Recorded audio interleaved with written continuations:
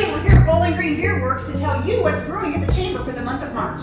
On Wednesday the 11th, we'll be holding the State of the County address at the Wood County Courthouse. Doors open at 7:30 and the program starts at 8. The morning show will be doing a live broadcast on 88.1 FM, so you can listen if you can't be present. On Thursday, March 12th, we'll be having the business briefing and brew at Montessori School of Bowling Green from 8 to 9 a.m. On Wednesday, the 25th, we'll be holding the State of the City address at the new Veterans Building at the City Park.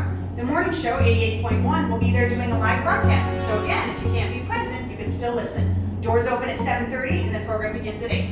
On the 26th, we will be having our second Lunch and Learn of 2020. Sheila Eason from the Employers Association will focus on defining and exploring different types of unconscious bias and how they can influence workplace decisions and interactions. This event is free for investors and $10 for non-investors. You can bring your own lunch or we'll provide lunch for $10.